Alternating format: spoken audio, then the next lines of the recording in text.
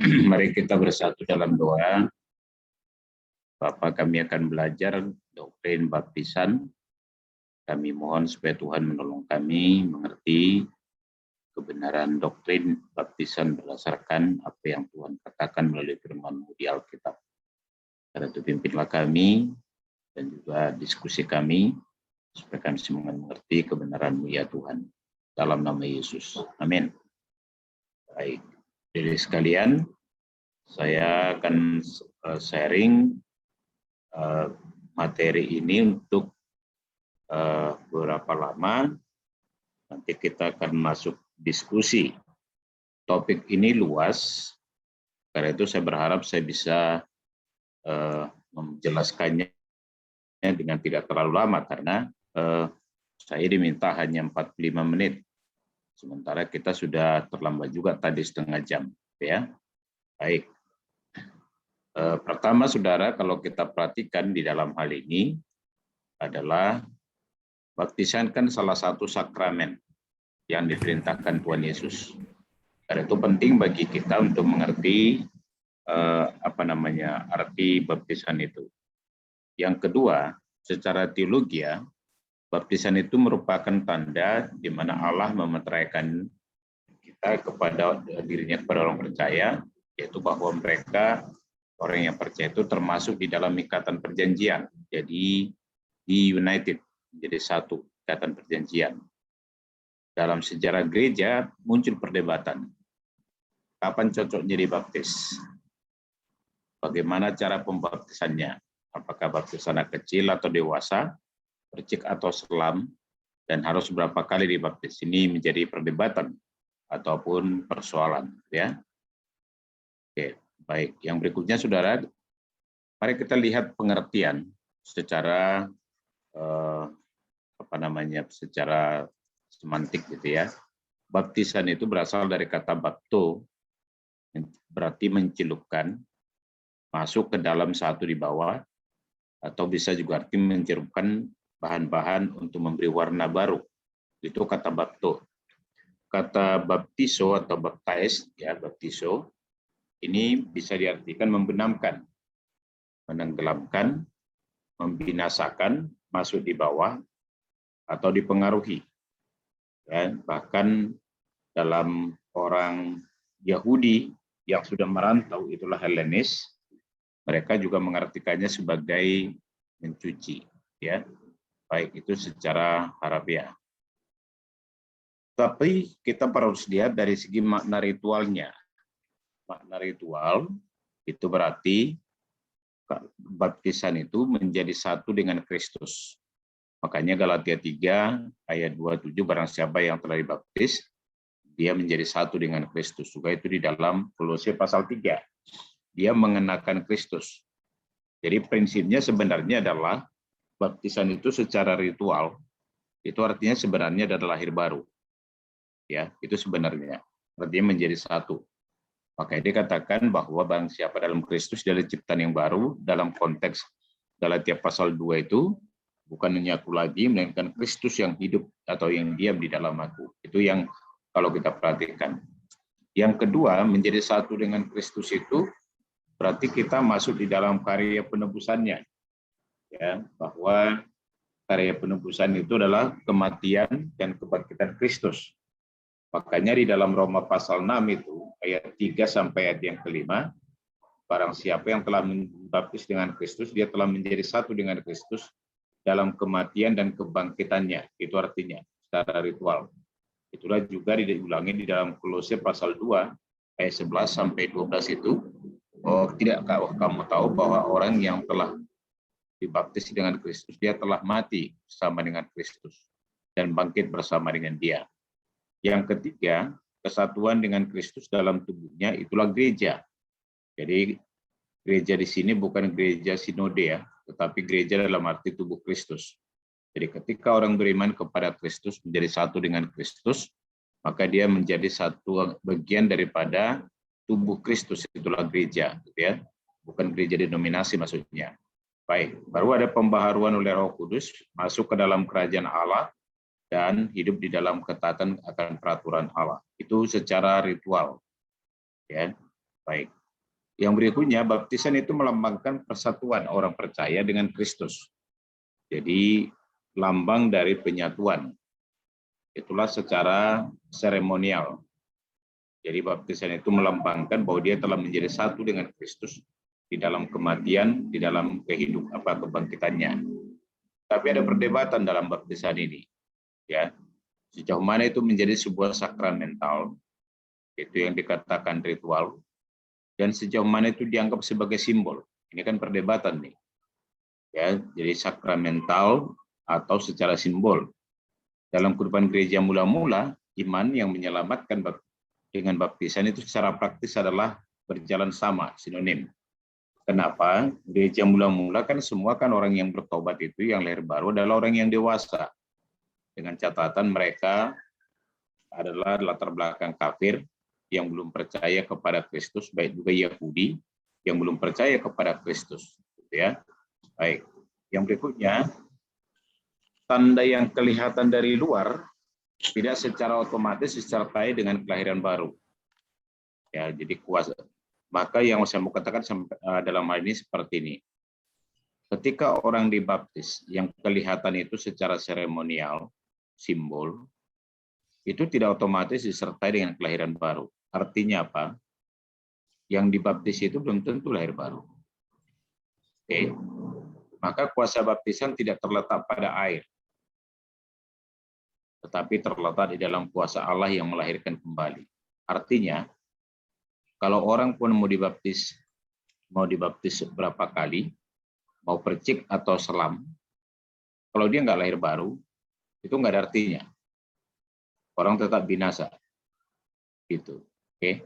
Karena itu realitas yang ditunjukkan sakramen dapat terjadi sebelum dia dibaptis atau sesudah dia dibaptis.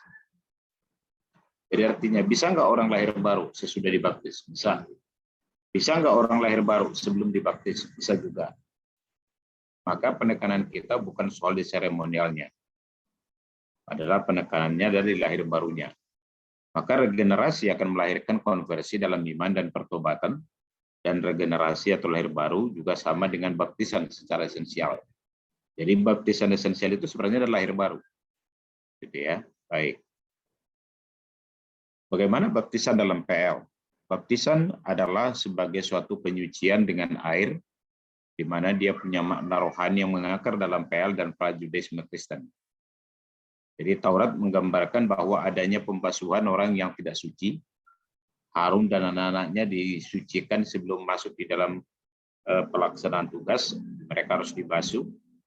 Dan juga ada sebuah tindakan menuju kepada suatu aplikasi simbolis dalam doa untuk penyucian secara spiritual. Ini dalam Perjanjian Lama, ya. Taurat juga mengajarkan itu. Jadi sebagai sebuah ritual yang berfungsi sebagai tanda penyucian. Oke. Dalam PL, kata baptein dalam LX itu adalah Septuaginta. Septuaginta itu adalah Perjanjian Lama tapi ditulis dalam bahasa Yunani. Karena asli Perjanjian Lama kan bahasa Ibrani, tapi Septuaginta itu adalah terjemahan Perjanjian Lama tapi ditulis dalam bahasa Yunani, gitu. Yaitu kalau kita lihat pada bagian ini, kalau kita perhatikan pada konteks ini, saudara, bahwa di sana dikatakan ada sebuah mencelupkan kaki ke dalam air. Ya, jadi ketika orang memasukkan kaki ke dalam air, namanya itu kata yang dipakai adalah baptein. Mencelupkan jari ke dalam darah, kata yang dipakai juga adalah baptein. Dimasukkan ke dalam air, dan Naaman yang membenamkan dirinya ke dalam sungai, kata yang dipakai dalam Septuaginta adalah baptein. Tradisi pembasuhan dalam PL menunjukkan ritus penyucian. Jadi sebuah ritual penyucian atau pengudusan, dan basuhan itu bukan lambang, melainkan alat pengudusan itu sendiri. Jadi air itu dianggap mempunyai kekuatan magis untuk penyucian, sehingga seperti dalam kasus Naaman ketika dia disuruh 7 kali masuk ke dalam air itu, akhirnya dia terakhir sembuhkan. Jadi itu makna sebuah penyucian. Oke. Baik, yang berikutnya saudara. Oke. Yang berikutnya adalah baptisan Yohanes. Itu Perjanjian Lama, ya. Sekarang baptisan Yohanes. Baptisan Yohanes itu menunjukkan penerusan tradisi basuhan PL, tetapi dengan pengertian yang baru, yaitu apa? Dia bukan sekedar ritual yang harus dilakukan, tetapi ada sebuah penekanan makna, yaitu apa? Pentingnya sebuah pertobatan. Maka ketika Yohanes membaptis, ada banyak orang datang kepadanya, tetapi Yesus Yohanes Pembaptis itu menegur sebagian orang, karena sampai dia berkata, hai kamu tuluran ular beludak. Oleh karena satu hal, bahwa banyak mereka minta dibaptis oleh Yohanes, tapi tidak menunjukkan sebuah pertobatan. Itulah sebabnya dikatakan, hasilkanlah buah yang sesuai dengan pertobatan.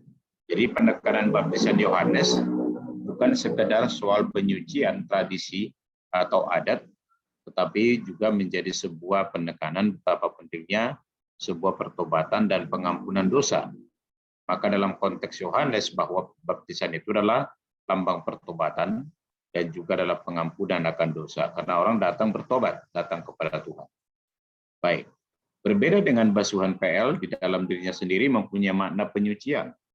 Maka baptisan Yohanes di samping melambangkan penyucian dari dosa, tidak memiliki makna bila tidak disertai dengan pertobatan. Artinya baptisan itu akan menjadi sia-sia, tidak punya makna, kalau dia tidak beriman dan tidak mengalami pertobatan.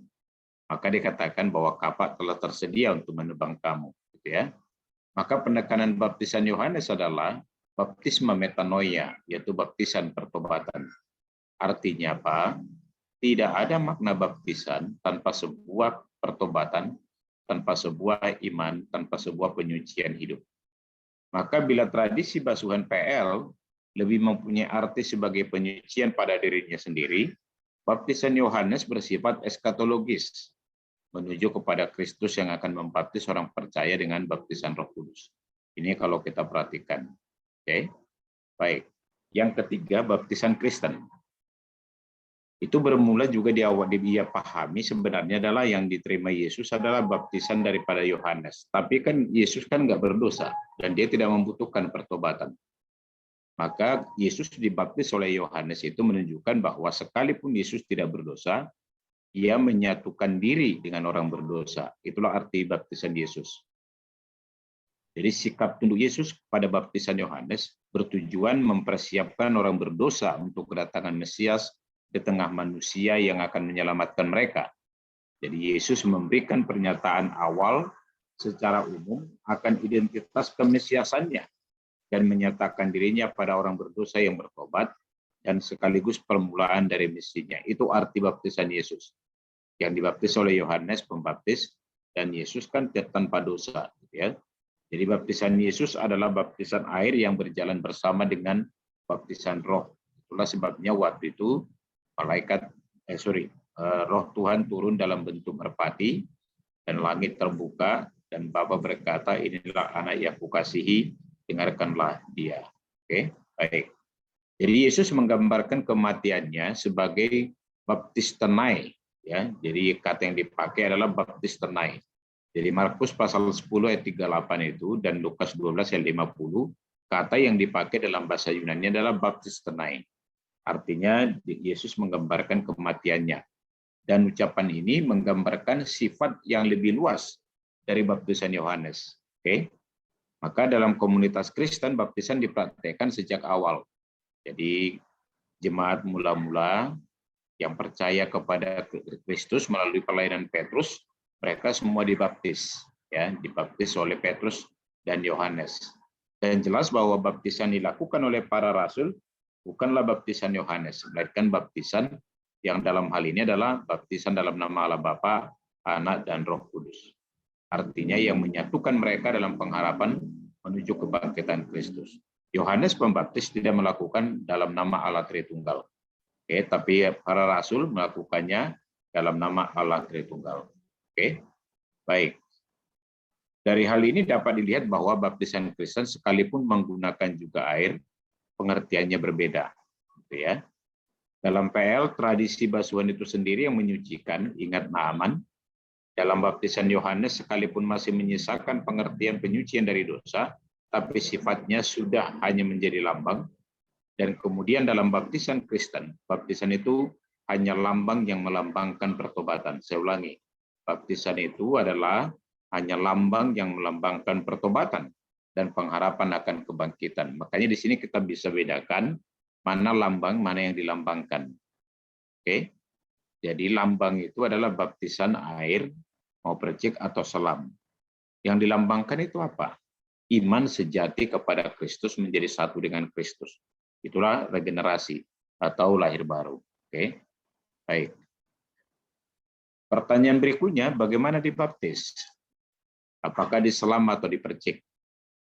Ya, kecuali dalam PL, dalam PB memang tidak dijelaskan bagaimananya.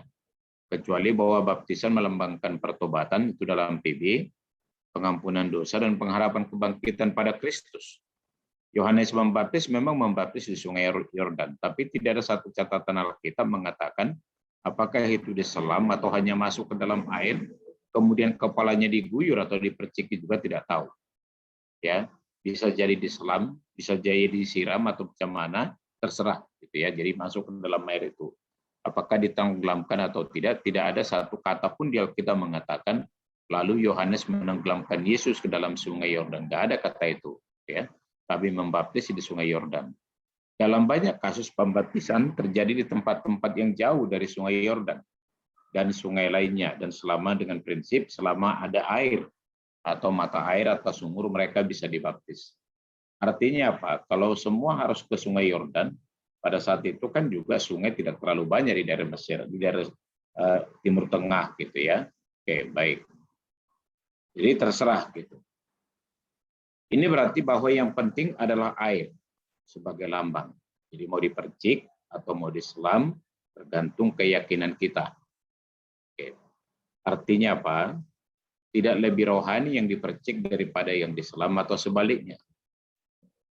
Nggak ada itu melambangkan itu sebagai lebih rohani, ya. Tapi itu adalah sebagai lambang dengan air dan bukan selamnya dan bukan perciknya. Dan yang terlebih penting adalah dilambangkan dalam baptisan itu, yaitu pertobatan, pengampunan dosa dan pengharapan kebangkitan akan Kristus. Jadi orang yang misalnya orang yang disalib bersama Yesus itu, kapan dia dibaptis, diselam atau dipercik? Nggak ada yang tahu, nggak ada kan? Karena nggak sempat. Yang pasti dia nggak dibaptis air dengan baptis air atau dibaptis selam atau percik. Tapi Yesus berkata, hari ini engkau ada bersama dengan aku di Firdaus. Jadi perhatikan penekanan soal lambang dan yang dilambangkan. Yang penting penekanan adalah apa yang dilambangkan. Apakah betul-betul mengalami iman percaya kepada Kristus dengan pertobatan, pengampunan dosa, dan pengharapan akan kebangkitan. Yohanes menyamakan baptisan air yang dilakukan dengan baptisan Roh Kudus yang dilakukan oleh Yesus. Dan menarik untuk diamati bahwa baptisan Roh Kudus tidak berarti bahwa para rasul tenggelam. Jadi baptisan Roh Kudus misalnya kan Kisah Rasul pasal 2, dan itu kan tidak ada mereka tidak ada mereka tenggelam, tapi justru Roh Allah turun atas mereka seperti lidah api. Jadi sebagian lidah-lidah seperti nyala api yang bertebaran yang hinggap di atas kepala mereka. Itulah Kisah Rasul 2. Dan yang penting dalam perlambangan ini adalah para rasul penuh dengan roh. Itu penekanannya, ya. Baik. Rasul Paulus menyamakan baptisan dengan peristiwa ketika Musa dan umat Israel dibaptis dalam awan dan laut. Jadi kalau kalian nanti baca 1 Korintus 10 ayat 1 dan 2 itu isinya. Bahwa kiasan yang diambil oleh Paulus adalah baptisan itu disamakan dengan peristiwa Musa dan Israel yang dibaptis dalam awan dan dalam laut. Itu kata yang dipakai, ya. Makanya dikatakan sama seperti Musa dan Israel dibaptis oleh Tuhan di sungai, itu penekanan daripada Paulus. Dalam kedua peristiwa itu tidak tergambar bahwa mereka tenggelam dalam awan. Seperti kalau kita naik pesawat dalam masuk awan atau laut, seperti kapal selam, bukan seperti itu. Mereka hanya dinaungi oleh awan dan ketika menyeberang laut pun mereka tidak basah, kecuali mungkin yang ada percikan embun, tetapi yang justru yang tenggelam itu adalah pasukan Mesir. Ya. Jadi Paulus juga mengatakan bahwa dalam Yesus kita dikuburkan dalam baptisan. Jadi itu. Jadi dalam Yesus kita dikuburkan dalam baptisan Kolose 2 ayat 12 dan kita menjadi satu dalam kematian dan kebangkitan. Roma 6 ayat 3 sampai ayat yang ke-6. Itu prinsipnya, ya.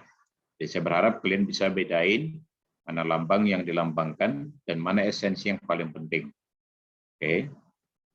Yang berikutnya, Rasul Petrus memberikan gambaran yang jelas tentang baptisan, yaitu bahwa baptisan itu sekedar lambang pertobatan, bukan untuk membersihkan kenajisan jasmani, melainkan untuk memohon hati nurani yang baik kepada Allah oleh kebangkitan Yesus Kristus. Jadi Petrus menyamakan baptisan sebagai kiasan bahtera Nuh. Jadi dalam 1 Petrus pasal 3 ayat 20-21 bahwa Petrus menyamakan baptisan sebagai kiasan bahtera Nuh yang waktu terjadi air bah, ya. Jadi jelas bahwa bahtera itu hanya tempat mengapung dan bukan kapal selam.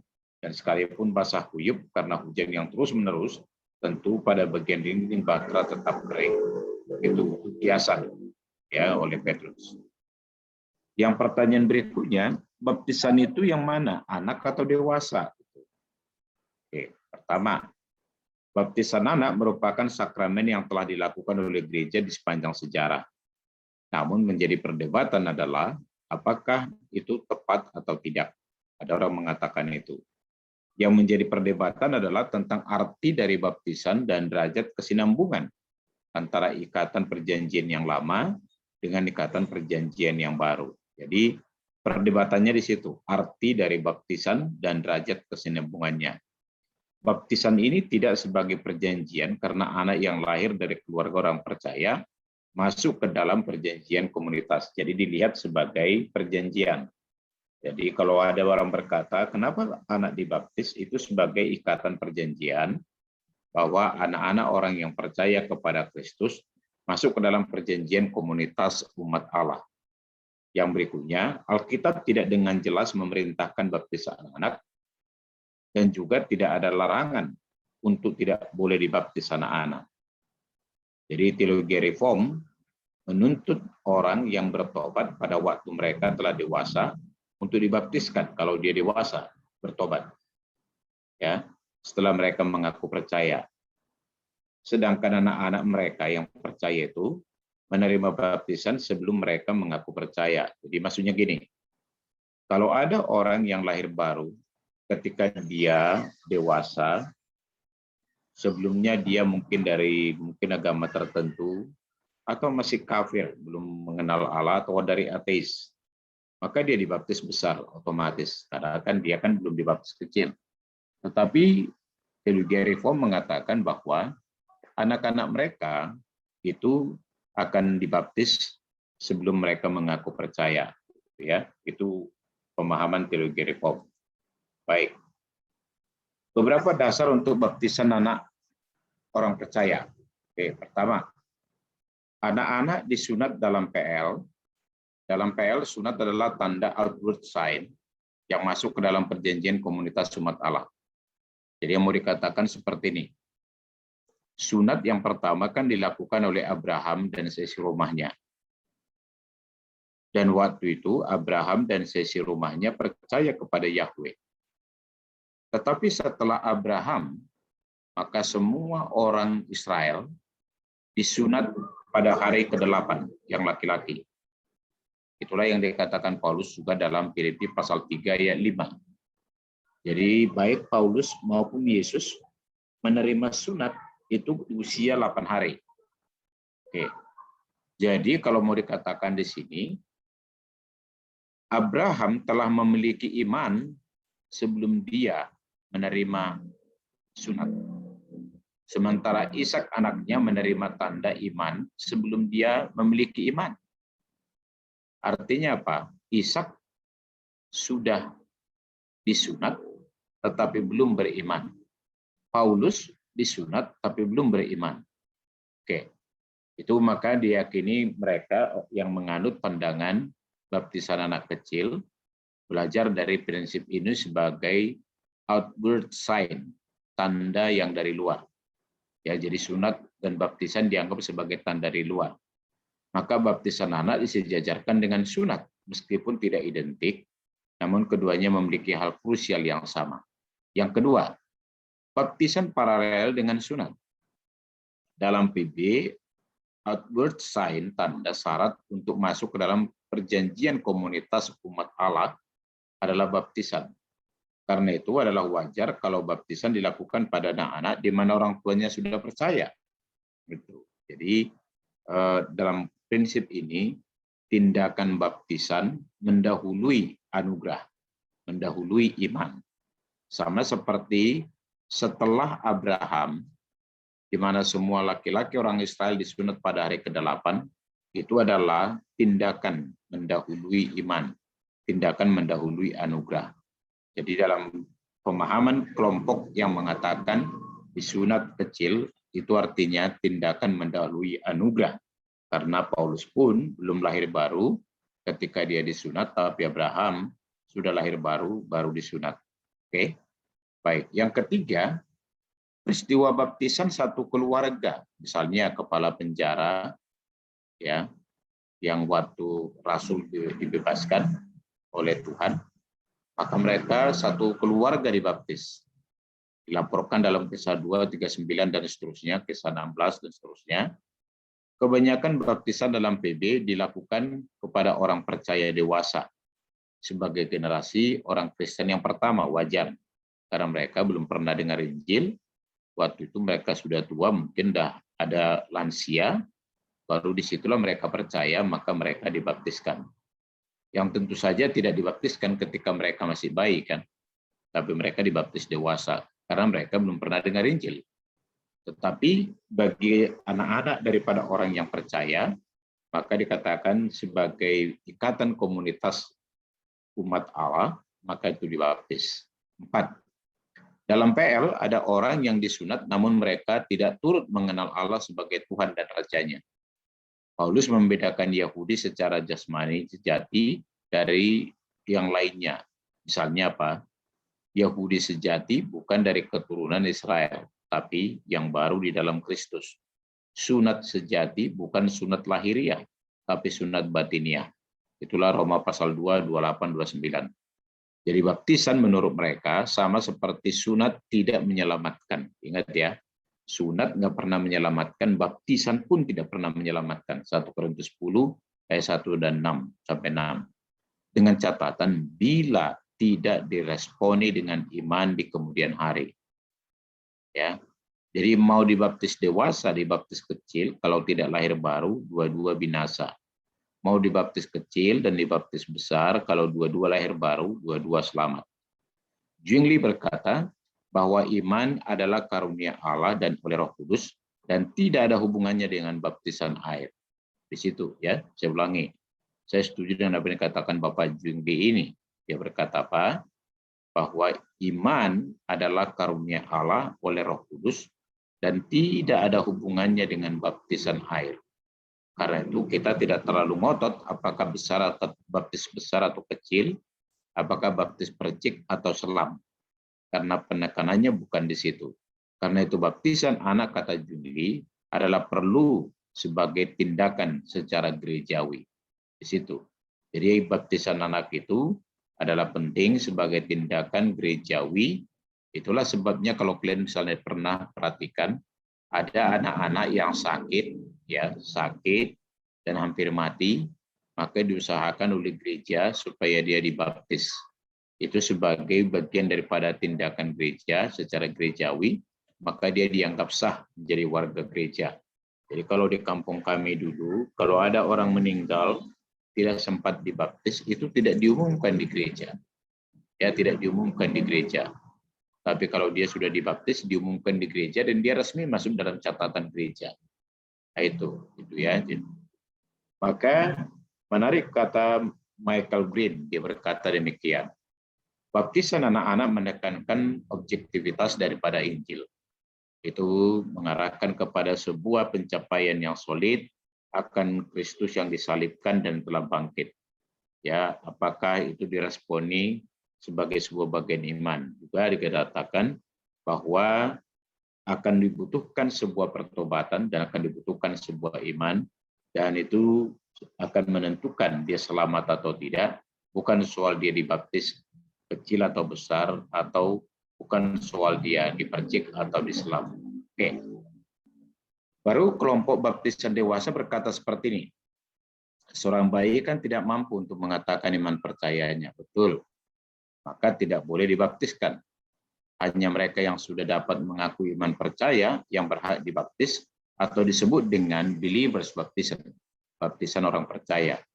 Baptisan adalah tanda untuk memasuki hidup kekristenan, maka hanya diberikan kepada orang yang secara fakta telah percaya. Ini pandangan daripada baptisan dewasa. Tapi menimbulkan pertanyaan lagi, apa kalau orang yang dibaptis dewasa sudah pasti lahir baru? Tidak ada jaminan juga, gitu ya. Di baptisan selalu diikuti oleh iman yang menyelamatkan sebagai bukti permulaan hidup kekristenan, betul. Kalau ini dia dewasa setelah terima Yesus, ya dewasa dia lahir baru, sebelumnya dia belum pernah dengar Injil, gitu. Dan keluarganya bukan keluarga orang Kristen, gitu. Jadi dalam konteks ini dipahami ke sana. Maka semua orang Kristen yang mula-mula kan semua dibaptis besar, tidak ada yang dibaptis kecil, karena mereka besar dulu baru percaya kepada Yesus. Oke, baptisan dalam PB tidak membicarakan secara khusus untuk baptisan anak.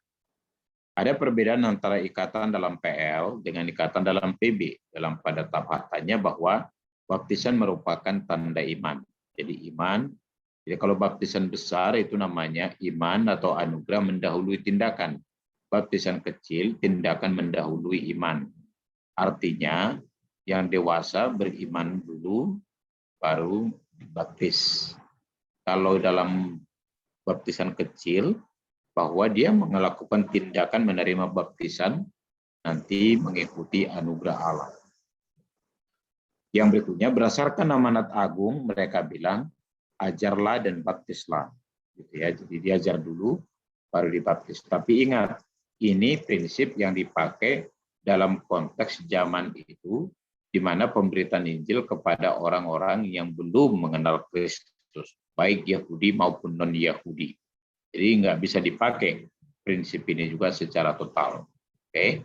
Karena itu memang konteksnya pada zaman itu kepada orang-orang yang belum beriman kepada Kristus, baik itu Yahudi maupun non-Yahudi yang masih kafir, bahwa mereka mendengar Injil, betul-betul dilayani, betul-betul lahir baru, diajari, baru dibaptis. Itu konteksnya. Ya, baik. Sorry. Oke. Kita perlu berhati-hati untuk tidak lebih menekankan lambang daripada yang dilambangkan. Soalnya di kalangan yang menekankan baptisan selam pun banyak terjadi penafsiran yang keliru. Ada yang telah dibaptiskan selam ketika pindah gereja ke tertentu, dia wajib dibaptis selam lagi. Misalnya, ada orang berkata, kamu di mana dibaptis selam? Di kolam dalam gereja. Oh, kurang sah. Harus di air yang mengalir. Baru kamu di mana dibaptis? Di sungai atau di danau. Oh, itu kurang sah. Harus di sungai Yordan. Itu kan sampai sekarang kan banyak itu pakai tour wisata rohani ke Yerusalem, kan ada satu tambahan paket lagi apa? Dibaptis di sungai Yordan dengan sertifikat dalam bahasa Ibrani, gitu ya. Itu ada tawaran-tawaran itu dengan tambah sekian dolar lagi. Oke, baik. Ini perlu bagi kita. Sudah aku salah baca. Baik. Karena itu pertanyaan bagi kita berikutnya adalah, boleh nggak dibaptis ulang? Dari beberapa contoh di atas kita melihat bahwa baptisan air hanyalah lambang. Dan yang penting apa yang dilambangkannya. Dan perjanjian baru tidak menjelaskan harus dipercik masuk air, kemudian diguyur air atau diselam, tidak ada yang pasti. Jadi bisa dengan cara apapun, bisa basuh, bisa percik, bisa guyur, bisa selam, selama yang dipakai air, ya. Dengan catatan bahwa tidak ada makna daripada upacara baptisan itu, mau percik atau selam, dewasa atau anak-anak, tanpa sebuah iman yang sejati, tanpa sebuah pertobatan. tanpa sebuah keyakinan akan pengharapan akan kebangkitan bersama Kristus. Karena itu, apakah kita perlu dibaptis ulang? Oke. Baptisan ulang kan dilakukan oleh mereka yang lebih menekankan lambang, itu yang saya katakan tadi. Karena itu, kita kan dari baptis dalam nama Bapa, Anak, dan Roh Kudus. Maka mengulang baptisan berarti melecehkan pengakuan dan sakramen dalam nama Allah Tritunggal yang telah diucapkan oleh petobat dan oleh hamba Tuhan yang membaptis. Gitu, ya. Karena hal utama dalam baptisan adalah yang dilambangkan itu sendiri, yaitu menjadi satu dengan Kristus. Yang kedua, saudara, kita perlu berhati-hati untuk tidak lebih menekankan lambang daripada dilambangkan. Ya, soalnya nanti masuk kepada psikologis lebih banyak. Oke. Yang berikutnya, orang yang dibaptiskan ulang atau melakukannya berulang-ulang itu bias. Jadi diibaratkan orang yang tidak sadar bahwa pertobatan dan iman yang diakuinya dalam baptisan pertama tidak sah. Karena itu perlu mengulanginya dan kembali mengaku dosa dan iman lagi. Ini merupakan pelecehan rohani. Ya. Makanya dalam Ibrani pasal 5 ayat 12 sampai pasal 6 ayat 6 itu bicara bahwa kamu terus bersoal tentang baptisan mana yang benar. Itu menunjukkan bahwa kamu dikatakan belum dewasa. Itu menunjukkan kamu bahwa kamu adalah anak-anak, gitu ya.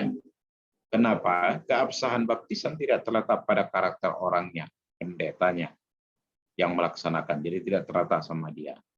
Atau karakter orang yang menerimanya, siapa yang dibaptis.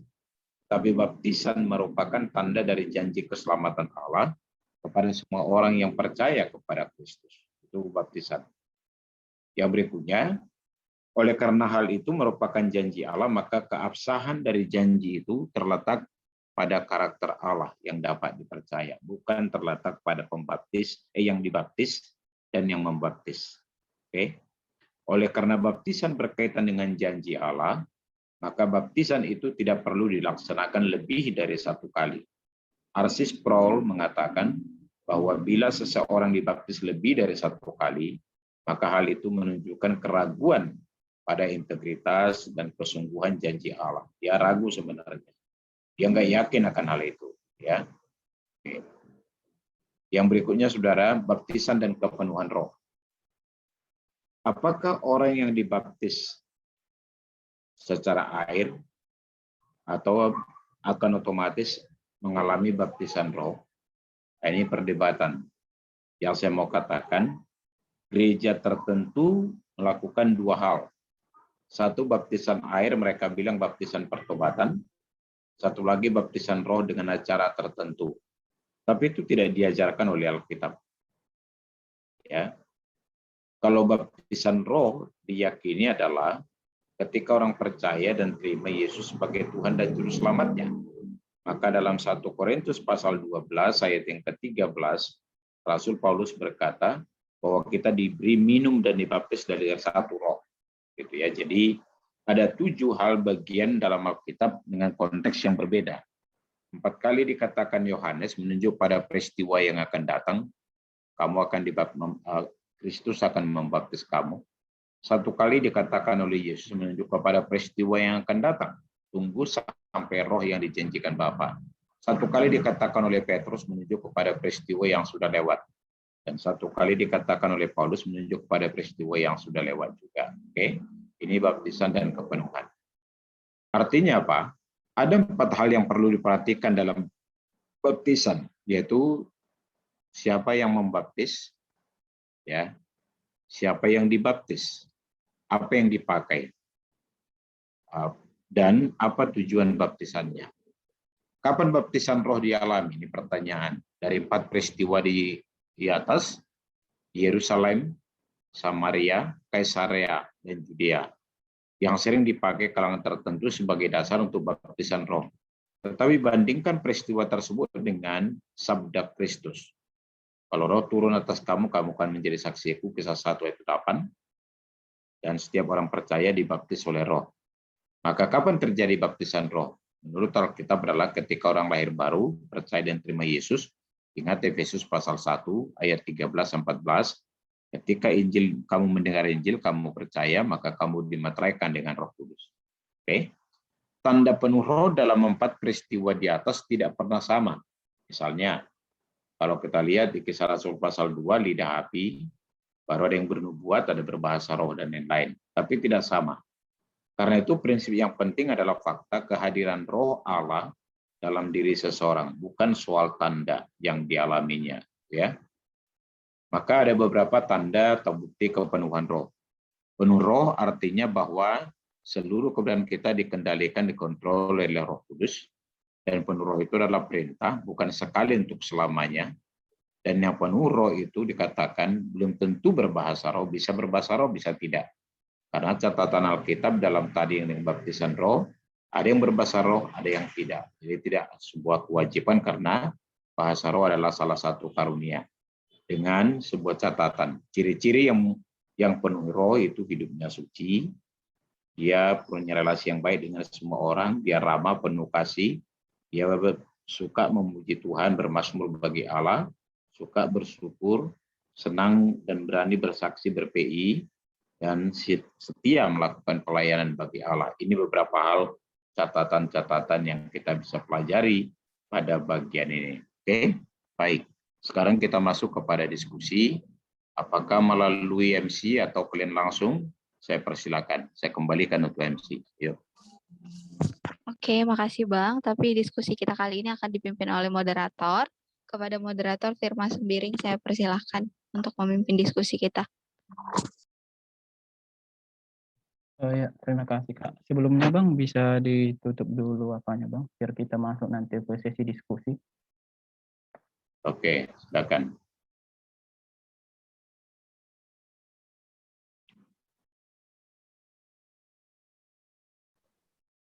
Langsung juga boleh, chat juga boleh, yuk. Bang, bisa ditutup dalam doa dulu Bang, sebelum kita masuk ke sesi diskusi. Sama-sama membahas firman Tuhan yang kita nanti aja kita tutup sekaligus ya. Oh, oke Bang. Berarti kita langsung masuk ke dalam sesi diskusi. Buat teman-teman bisa di sini melalui chat private ke moderator atau juga bisa langsung open mic untuk ada beberapa hal untuk hal-hal yang masih dibingungkan khususnya di dalam doktrin baptisan ini gitu. Bisa langsung dikasih pertanyaannya. Sebelumnya selamat malam kepada teman semua. Ini boleh off cam nggak? Iya, boleh Nan. Tapi kalau bisa kondisinya bagaimana atau memang nggak bisa boleh gitu. Kondisinya agak sulit Bang. Iya ya. Oke, lanjutlah. Apa pertanyaanmu?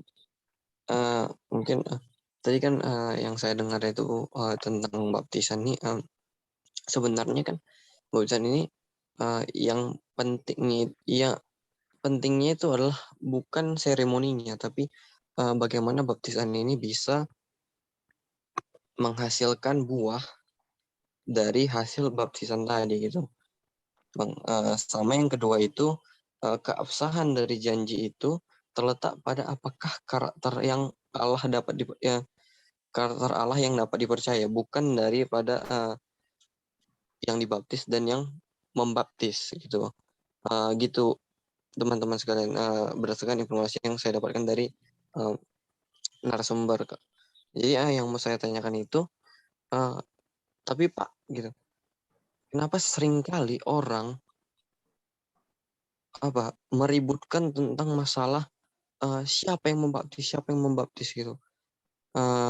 Karena kalau saya lihat di 1 Yohanes ya, kalau nggak salah tuh 1 Yohanes tentang yang percaya kepadanya telah diberi kuasa menjadi anak-anak Allah. Jadi kalau cara pikir saya menangkap itu adalah setiap orang yang Allah tunjuk itu punya kuasa untuk mengambil bagian, mengambil fungsi sebagai pembaptis gitu. Mungkin seperti itu, atau ada kekeliruan dari apa yang saya pikirkan gitu. Ya, makasih Nan. Jadi Bang, pertanyaan dari Anan itu tadi kalau disimpulkan, Oke, kenapa? nggak usah diulang deh, nanti habis waktu kita. Oke, Saya langsung jawab aja. Jadi gini, kalau yang kamu katakan itu Anan itu betul, baik.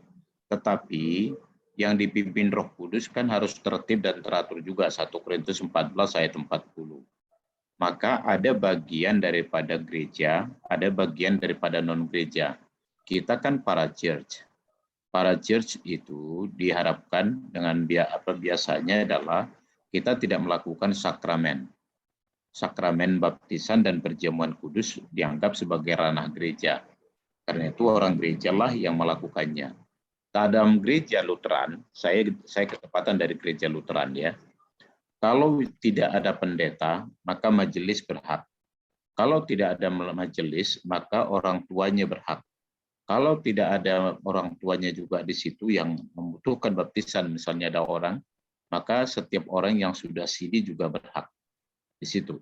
Jadi prinsipnya apa yang kamu katakan, bahwa setiap orang terima Kristus yang lahir baru, secara rohani punya hak, iya. Tetapi kita juga perlu tertib dan teratur, maka persekutuan seperti KMK, baik juga seperti kami di Perkantas, itu kita para church diharapkan tidak melakukan sakramen. Tapi sakramen itu dipercayakan kepada gereja. Hanya karena pengaturan supaya tertib dan teratur gitu aja, Nan. Tapi secara teologi yang kamu katakan itu betul. Terima kasih. Ya, bagaimana Nan? Apakah udah cukup jelas?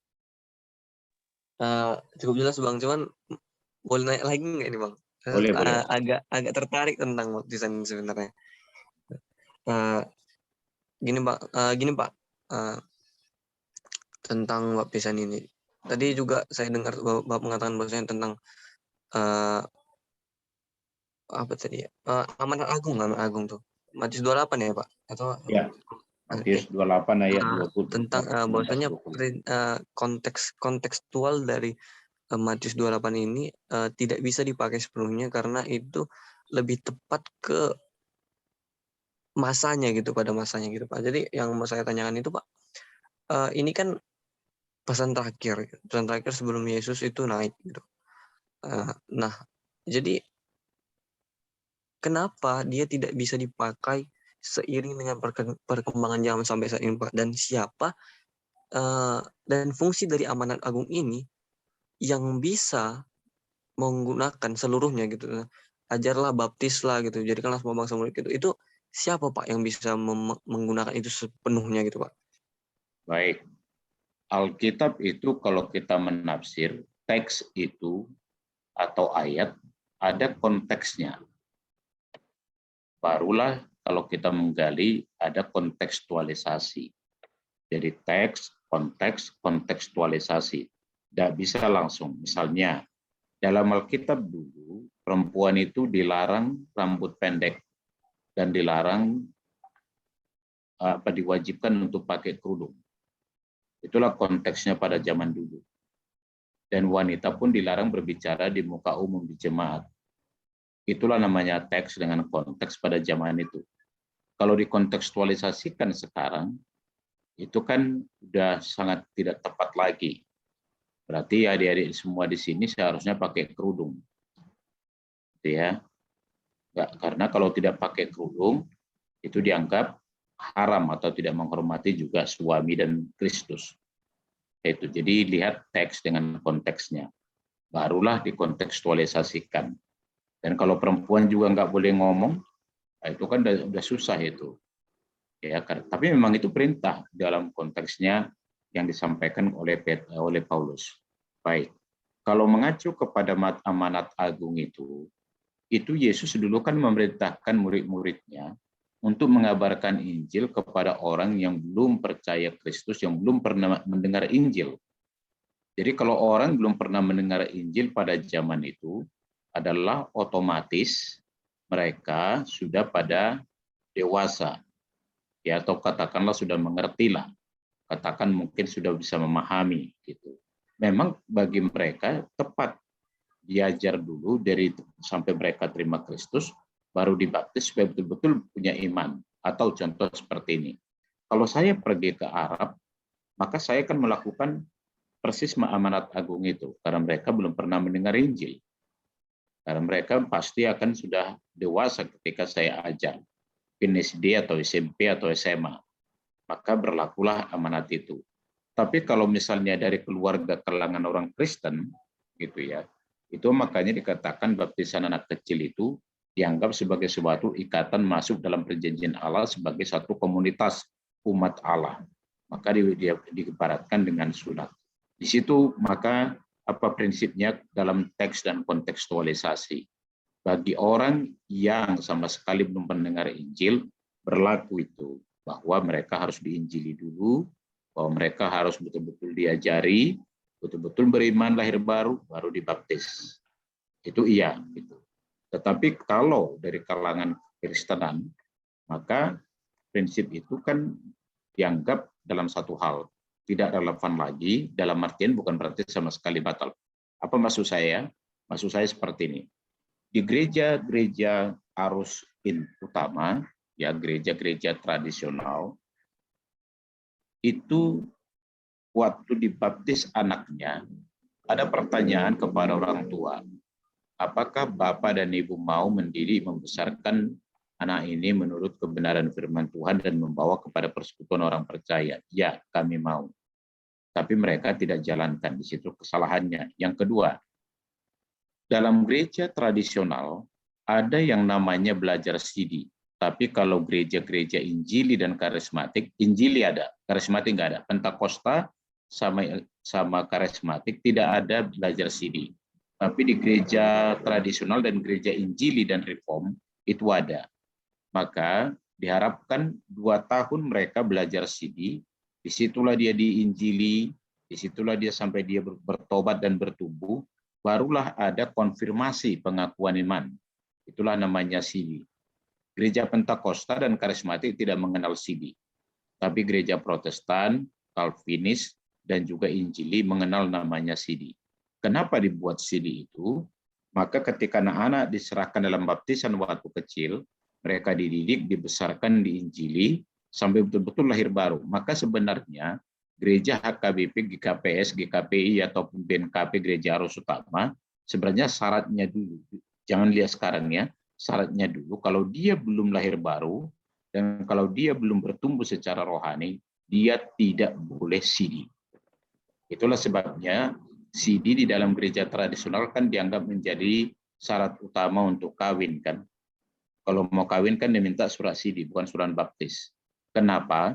Karena sebenarnya prinsip utama pertama kali bahwa orang hanya boleh CD kalau dia telah lahir baru.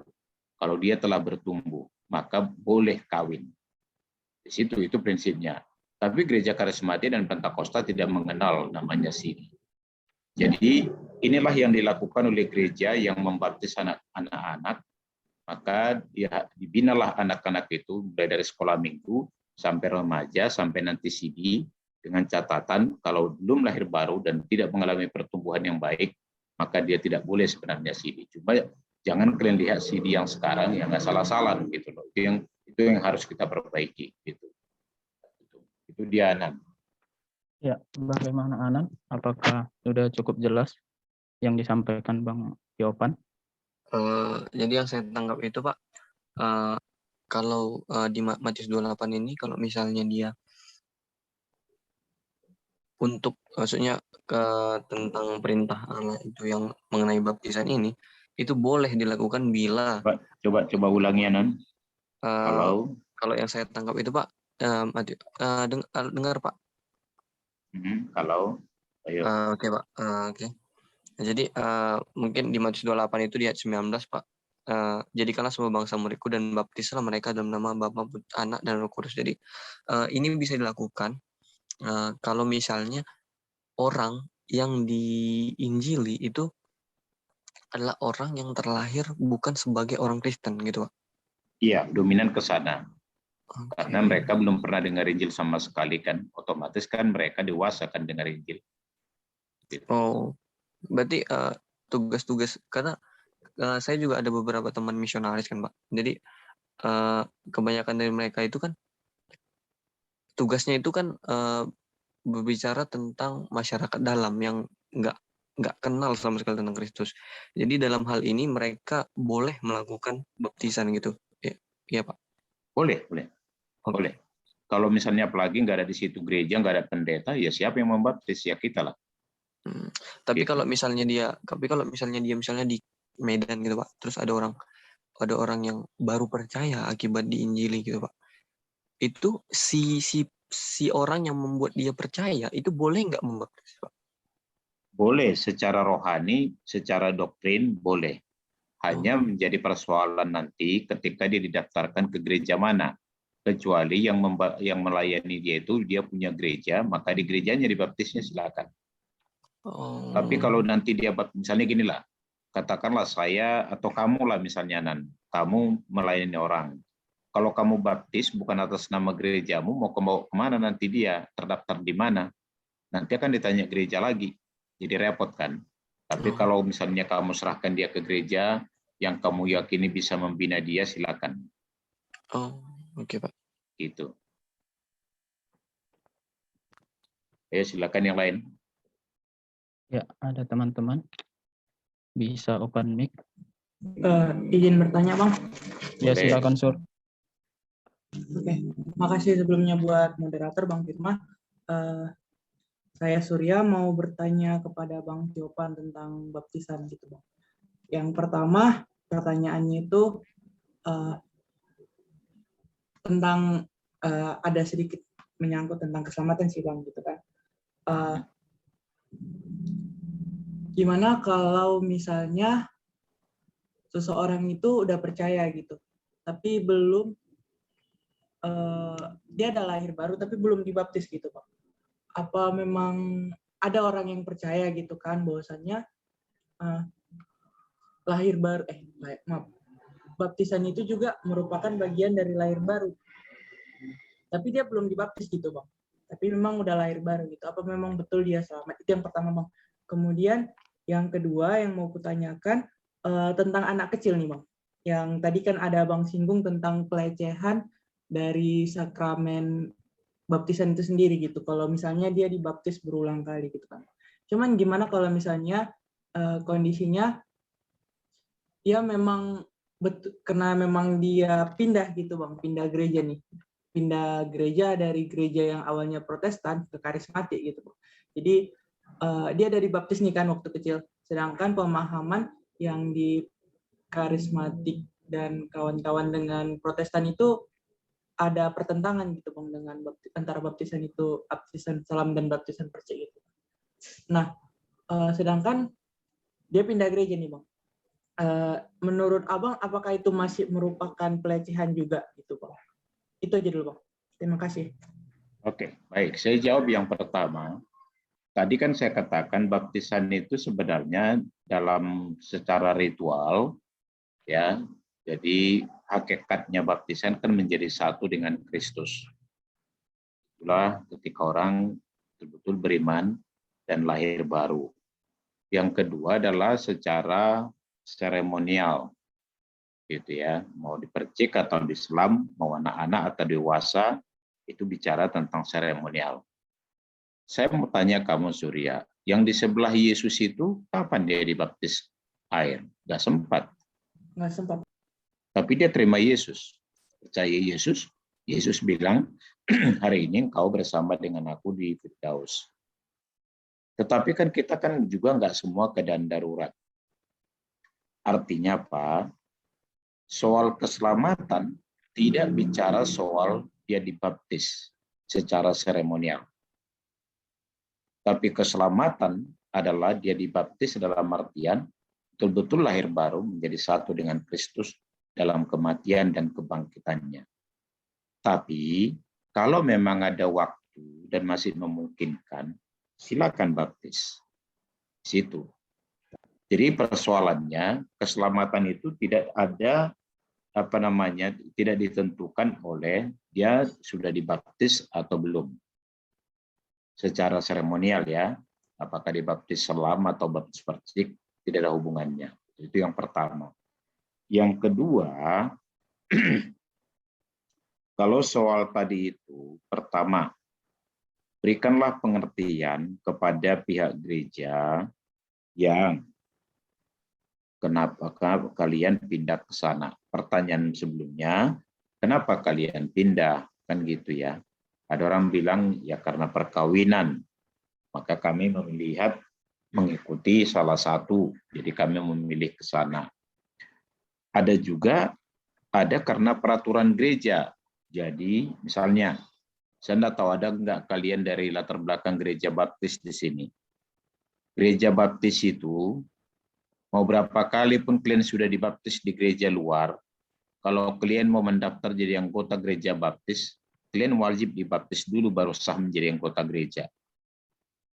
Kalau gereja lain enggak gitu. Tapi ada juga gereja tertentu bahwa menganggap bahwa baptisan anak-anak itu tidak sah, baptis dewasa itu yang sah, atau baptis percik tidak sah, baptis selam tidak yang sah.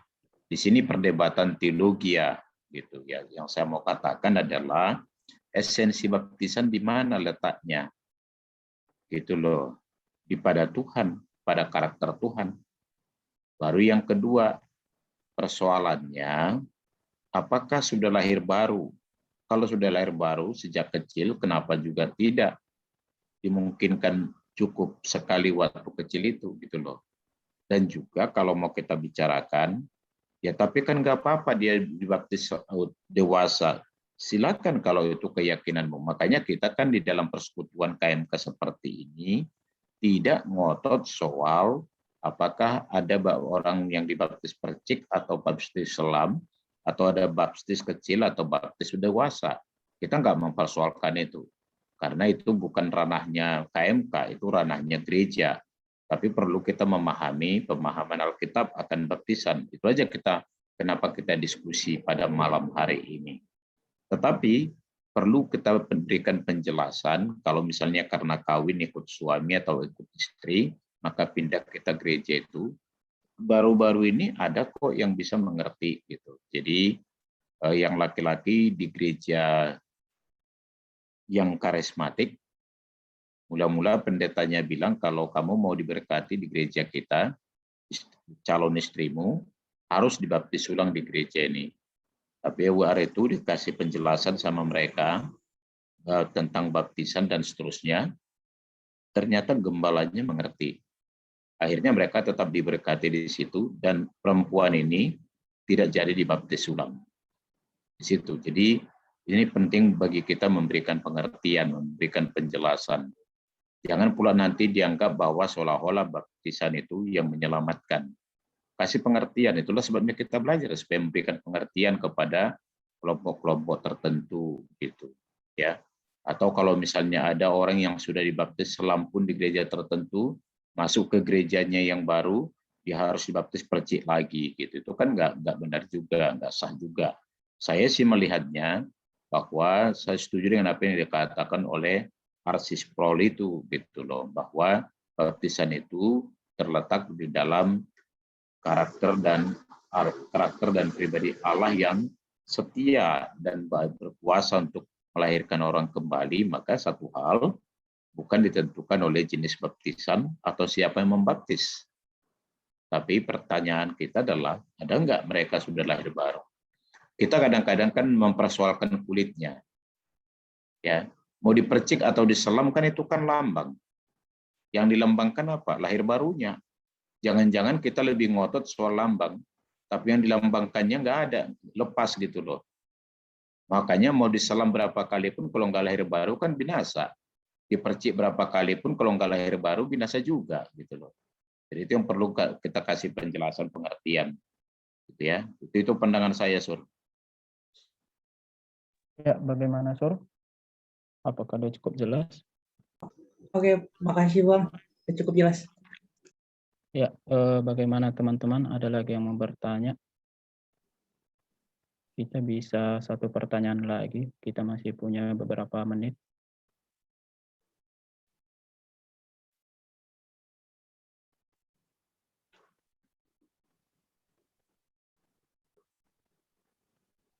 Ada teman-teman atau khususnya teman-teman CPKK ya yang ada di sini gitu, karena ini juga akan menjadi ya kita turunkan juga nanti gitu ke calon AKK kita gitu kan.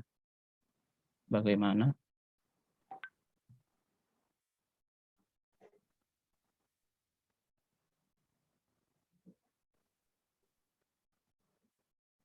Ya, mungkin kayaknya nggak ada ya. Mungkin melanjut tadi sih Bang, aku juga mau bertanya lah gitu kan. Mungkin bagaimana sikap kita Bang gitu. Kalau misalnya kalau tadi Abang bilang kan itu ketika si gembala mengerti gitu. Tetapi ya bagaimana kalau pada akhirnya memang tidak ada win solution gitu di kondisi tersebut Bang. Di kondisi misalnya kita pindah gereja gitu, tapi di sana harus gini gitu, ini aturan, nggak bisa dilanggar gitu. Lalu apa yang sikap kita sebagai ya seorang yang udah tahu lah khususnya dengan kondisi seperti itu Bang? Pertanyaan saya yang pertama jadinya bertanya gini, Fir. Kenapa harus pindah ke gereja itu? Ya seperti yang dibilang Surya tadi lah Bang, misalnya karena mengikut salah satu misalnya kan menikah gitu, mengikut si A gitu misalnya Bang, mengikut. Calon suami atau calon istri? Iya Bang. Kalau itu pilihan, maka pertama kembali adalah kalau misalnya gembalanya tidak mengerti. Katakan itu pihak perempuan gitu loh, kalian mau ke sana gitu ya kan. Bisa nggak dialihkan jadi ke pihak laki-laki? Atau sebaliknya? Ya kan? Itu kan jadi artinya kan nggak sesuatu yang mutlak juga. Misalnya katakanlah kaulah Fir misalnya, calonmu itu harus ikut kamu, tapi di gerejamu ada peraturan bahwa harus dibaptis ulang lagi. Gitu. Bisa nggak akhirnya juga dibalikkan keadaan itu, bahwa kamu yang ikut gereja calon istrimu, di mana nggak perlu dibaptis ulang. Itu kan menjadi sebuah solusi juga. Kalau misalnya pihak gembala di mana gereja tidak mau mengerti dan tidak mau menerima, ngotot dalam hal itu, maka ya saya pikir ada alternatif lain. Atau ada win-win solution yang berikutnya, Fir, yaitu apa? Dua-dua pindah dari gereja masing-masing, apalagi karena beda suku. Ya kan? Udah beda denominasi, beda suku lagi, ya sudah cari alternatif. Yang menjadi pertanyaan saya adalah atas nama cinta kan. Kalau atas nama cinta kan bisa mengalah laki-laki atau bisa mengalah perempuan. Atau dua-dua mengalah, maka cari gereja di mana bisa menerimanya dua-dua. Itu pandangan saya, Ber. Jadi nggak ada yang saya pikir harus kita ngotot-ngototan di situ, karena kita tahu esensi baptisan bukan di airnya, bukan di ulangnya, tapi esensi baptisan itu adalah soal bagaimana kita telah dilahirkan kembali dan menjadi satu dengan Kristus. Jadi kita tidak ngotot-ngototan, jadi harus di gerejaku lah, bapakku bilang kayak gitu. Ya kalau kita bilang kayak gitu atas nama cinta, kenapa kita nggak mau korban juga kan? Gitu loh. Itu makanya pertanyaan saya, kenapa harus pindah? Itu sih, Fir. Oke Bang, kerasa udah cukup jelas ya teman-teman. Boleh bertanya lagi, Bang? Oke, silakan Sur. Thank you. Jadi aku ingat sesuatu gitu, kondisi di daerah-daerah, khususnya daerah-daerah agak pedalaman lah gitu, pedalaman ke agak pedalaman gitu kan, Bang.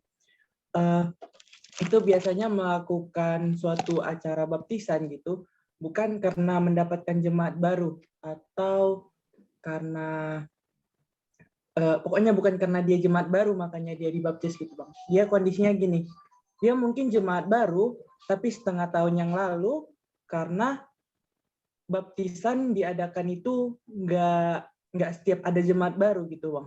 Dia baptisan itu diadakan kayak event-event bulanan, bukan bulanan lah bilang, tahunan kalau misalnya. Oke, bilanglah baptisan massal. Jadi yang mau kutanyakan gitu, apakah memang boleh gitu kan? Kita nggak dibaptis gara-gara memang gereja belum mau melakukan baptisan karena karena event itu gitu, Bang. Maksudnya apakah itu memang diperbolehkan gitu? Bagi saya sih sah-sah aja. Misalnya katakanlah kau sama aku misalnya kita melayani kepada sebuah desa pedalaman, ya kan? Dan katakan juga belum ada gereja, atau juga ada gereja tapi pendetanya susah waktunya untuk datang. Jadi kita yang melayani ke sana. maka dikumpulkanlah mereka nanti ada 50 atau ada 100 orang dulu, baru nanti ada namanya baptisan massal. Sah-sah aja kok. Gitu. Ya, nggak ada sesuatu yang salah di situ. Gitu. Karena masalah timingnya aja itu kan. Yang penting bahwa mereka udah sungguh-sungguh lahir baru. Ya, jadi soal kapan timing yang tepat, misalnya ada pendeta yang datang, atau mau katakanlah mendatangkan pendeta misalnya biayanya dan waktunya juga lama, biayanya juga agak besar, maka kumpul-kumpullah dulu gitu. Kan memang banyak kok baptis massal. Ya. Jadi misalnya gini, di daerah Langkat itu dulu, itu banyak itu baptisan massal sekitar 20 tahun yang lewat. Saya masih bisa ingat itu dulu ketika ada satu gereja melayani ke sana, mereka itu masih pemenah. Orang Karo itu yang belum jadi Kristen dan tidak Islam itu pemenah. Jadi mereka dilayani di daerah Sawit seberang dan ke sana lagi itu, dan mereka dikumpul yang percaya itu. Jadi mereka mungkin bulan ini percaya kepada Kristus, bulan depan baru bisa melakukan baptisan dan mereka makan bersama dalam ibadah itu. Jadi sah-sah aja itu, Sur, nggak ada yang salah dalam hal itu. Oke, bagaimana Sur? Boleh tambah nggak, Bang? Ya, mungkin singkat aja. Jadi kan karena memang baptisannya gitu berevent gitu kan, atau baptisan massal gitu, memang udah dijadwalkan. Jadi kadang-kadang di daerah pedalaman itu gitu, mereka mengadakan kayak misalnya acara gitu dan setelah dibaptis anaknya gitu kan, Bang. Sebagai kadang-kadang motivasinya nggak sebagai acara syukuran sih, kadang-kadang memang karena dia dibaptis gitu harus wajib gitu kasih acara gitu, Bang. Itu juga kalau misalnya dari pandangan kita gitu, Bang, jemaat itu salah nggak di situ gitu, maksudnya kalau misalnya apa ya gitulah, maksudnya dari pandangan kita jemaat itu salah nggak di situ gitu, Bang. Kalau itu kan Sur soal motivasi, Sur. Jadi misalnya gini, adanya baptis anaknya atau baptis dewasa pun dia, motong ayam pun tidak. Ada orang baptis anaknya bisa motong babi 2 ekor. Jadi itu kan soal motivasinya itu, soal acaranya itu. Jadi saya mau bilang sama kalian dulu masih ingat nggak waktu kalian CD, ada nggak yang dipestakan? Ada kan yang CD dipestakan, ada juga enggak gitu. Ayam 1 ekor pun tak mati. Tapi ada dibuat pesta, dibuat sampai adat gitu kan. Baptisan dibuat adat gitu, rame-rame. Jadi itu soal motivasi dan soal keuangan itu, Sur. Tapi kalau ada motivasinya salah yang dibaptis itu butuh layanan lah itu, Sur, supaya pertobatannya jelas, itu aja lah gitu. Ya. Oke, thank you, Bang. Oke. Oke, ya teman-teman yang lain, apakah sudah cukup? Ya, sepertinya nggak ada ya. Karena waktu kita juga udah lewat 40 menit. Mungkin dari Bang Tiopan lah, Bang, closing statement dari Abang. Saya itu aja penekanannya, kita baptisan itu betapa pentingnya orang lahir baru, itu penekanan ritualnya, soal seremonialnya, ingat ini.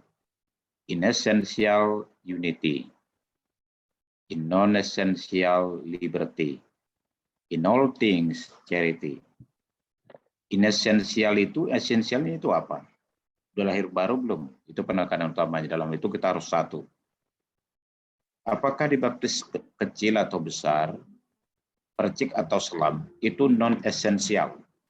Di situ kita merdeka. Silakan keyakinanmu, mau besar atau anak-anak, dipercik atau diselam. Baru in all things, charity. Dalam segala sesuatu adalah kasih. Jadi kita tidak menganggap diri lebih rohani atau orang lain salah, kita benar, tapi marilah tetap dibangun sebuah persekutuan di dalam kasih. Itu yang bisa aku sampaikan sama kalian malam ini. Mari kita berdoa. Bapa, di dalam keterbatasan hamba-Mu menjelaskan, kami bersyukur punya Roh Kudus yang menolong kami, mengajari kami. Karena itu tolonglah setiap kami juga semakin rindu belajar Alkitab, tentu belajar doktrin kekristenan yang didasarkan kebenaran firman-Mu oleh tuntunan Roh-Mu, supaya kami bisa mengerti kebenaran-Mu, hidup di dalam kebenaran-Mu ya Bapa. Supaya kami juga lebih memfokuskan kepada hal esensial, hal utama, bagaimana kami hidup di dalam Kristus, menjadi satu dengan Kristus dalam kematian dan kebangkitan Kristus. Itulah memberikan sebuah jaminan kepastian keselamatan bagi kami. Karena itu tolong kami belajar firman-Mu dan bisa mengajar dengan baik kepada di kelompok kami ya Tuhan. Terima kasih Bapa dalam nama Yesus. Amin. Silakan.